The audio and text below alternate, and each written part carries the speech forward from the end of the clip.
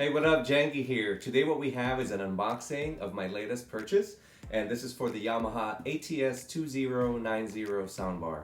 Now, I've been in the market for a soundbar for a little bit now. I wanted to put a soundbar inside my bedroom because all I have in there is my TV. And as you all know, TV speakers alone, they kind of suck. I watch a lot of movies and stuff, so I kind of wanted to elevate that experience, so I figured getting a soundbar would achieve that. So anyway, I've been checking out different soundbars online, doing some research, different brands, price ranges, that kind of stuff.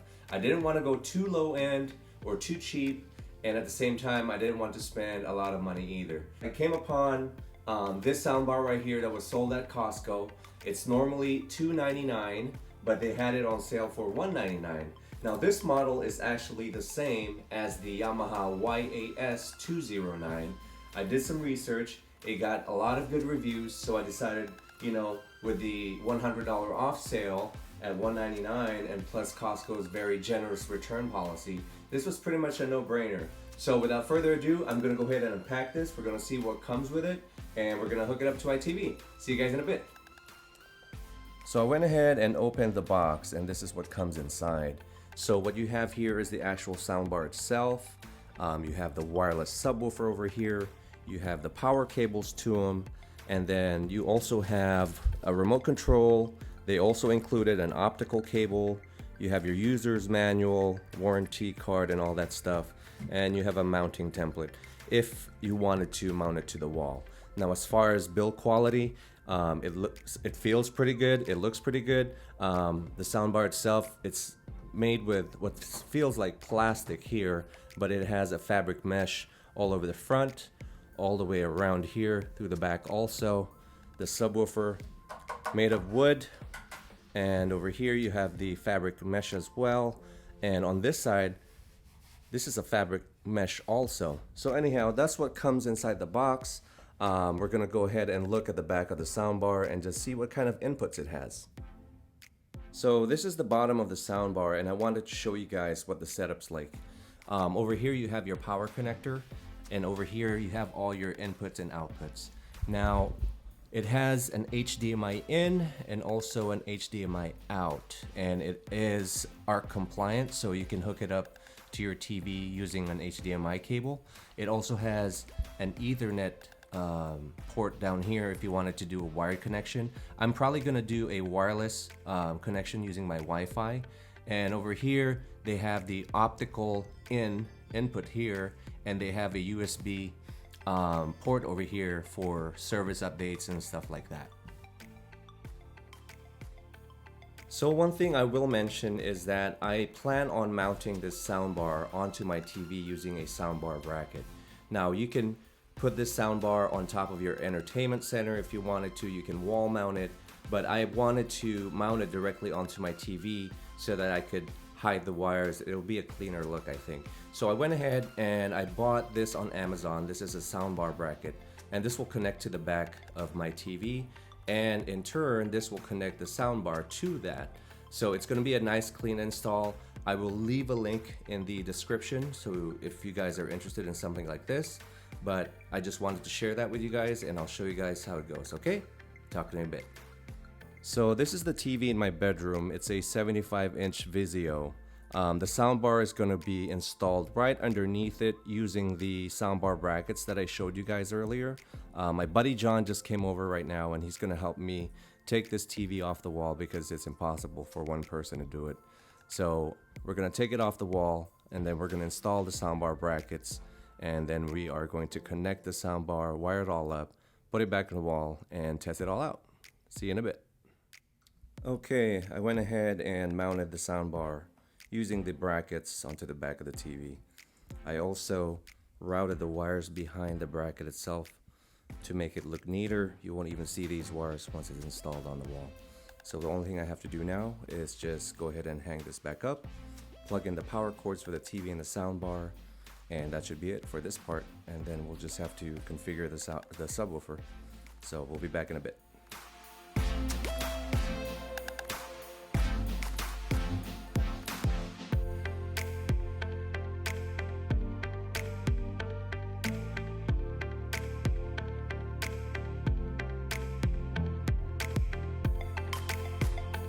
Okay, so the TV's back on the wall.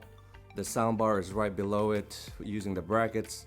Everything looks clean, everything's centered and level. There's no wires showing here.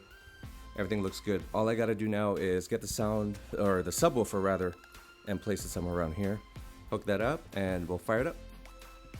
So here's the final result, and I'm pretty happy with the way it turned out. As you guys can see, the soundbar is now installed underneath the TV using those brackets that I showed you guys. No wires visible, so it's very neat. I put the subwoofer right here, just next to the dresser. Overall, it's just a very clean looking setup, which is what I was going for. So that looks really clean, really sleek, really cool. So I'm gonna give you guys a sound test of what this sounds like. It gets pretty loud in here when I crank the volume up, but I'll go ahead and do that so you guys can get an idea of how loud this thing gets.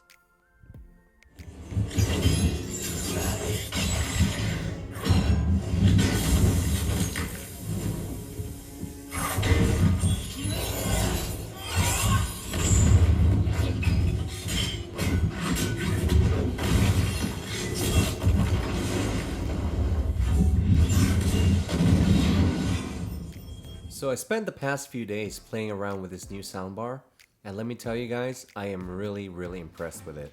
Not only is the sound quality really good, but it has so many features that some of you might like. And let's go over that real quick. So one of the things that I required from a new soundbar was to have an HDMI input and output. Now this soundbar has both of those, and they are ARC compliant.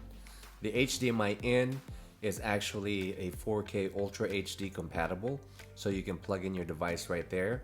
And of course the HDMI out goes to your TV, and that is ARC compliant. So it makes hooking up everything together real nice, real simple, real easy.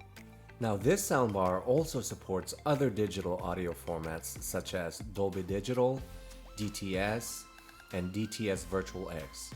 It does not support Dolby Atmos, but that's okay, you can't have it all. So like I mentioned earlier, you can connect this device to the internet using either a wired connection or a wireless connection.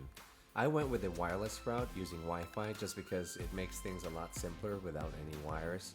And it paired right up, it connected to the internet using the Yamaha app, and I didn't have any problems. Now, for streaming, you have a couple choices. You can either use the Bluetooth. I tested that out with my phone and my tablet. Bluetooth audio streamed just fine. Or you can use your music subscription service such as Spotify or Amazon Music, and those worked fine as well. Now one more thing that I did like about this soundbar is that it's compatible with Amazon's voice assistant. And you know who I'm talking about, I'm not going to say her name. It's not compatible with Google Assistant, but that's okay because I don't use that.